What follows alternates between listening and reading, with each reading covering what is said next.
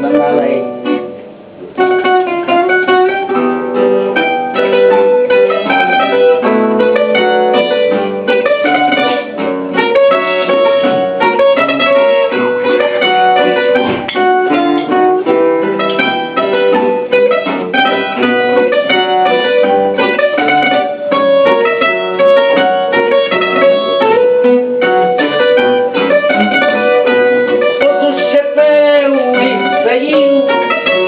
Eu fui à porta das casas a sorrir para não chorar.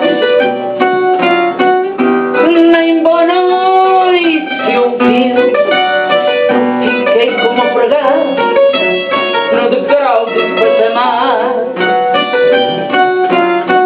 Nem boa noite eu fiquei como empregado no degrau do patamar. Embaixo a porta rangiu, brutal e raivosamente, como o rugir de uma fé.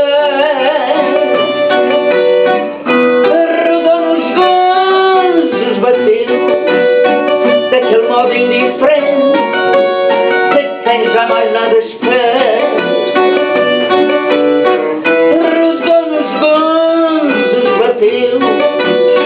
Daquele modo indiferente de quem jamais nada espera.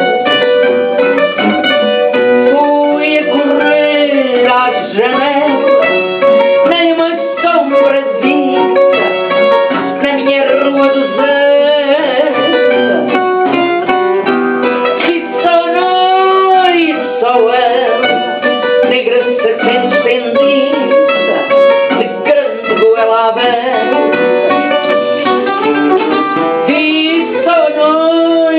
Só ela, negra serpente estendida, de grande goela aberta.